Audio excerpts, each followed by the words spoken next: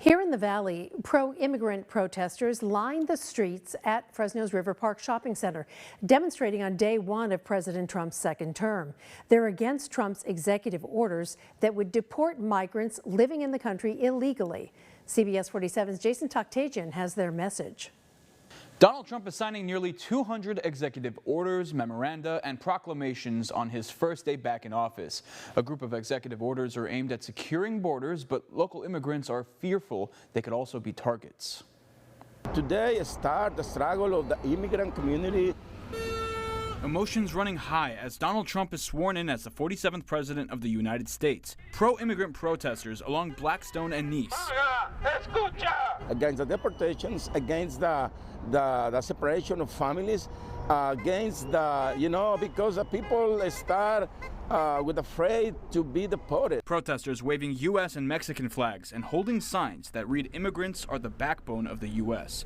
after it was reported that Trump would sign 10 executive orders related to securing the southern border. I come from a community where there's a lot of immigrants, and our family has immigrants as well.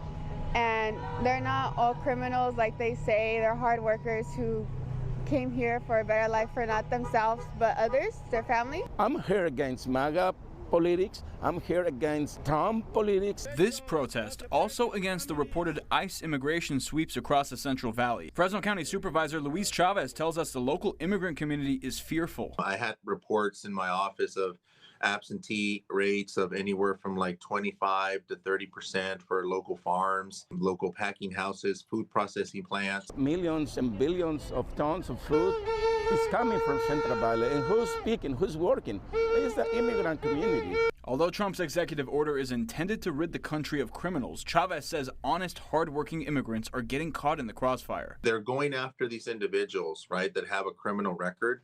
And then in the process, because it's such a broad approach, innocent bystanders are getting caught up in these, operations. Immigrants who have lived in this country for decades, now uncertain of their future. 40 years working here with nothing is hard and to be deported. So I want to ask all the community, no matter what race is, stay together with us.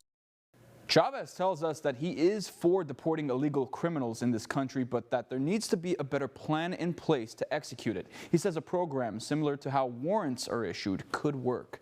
In the studio, Jason Toktajian, CBS 47 Eyewitness News.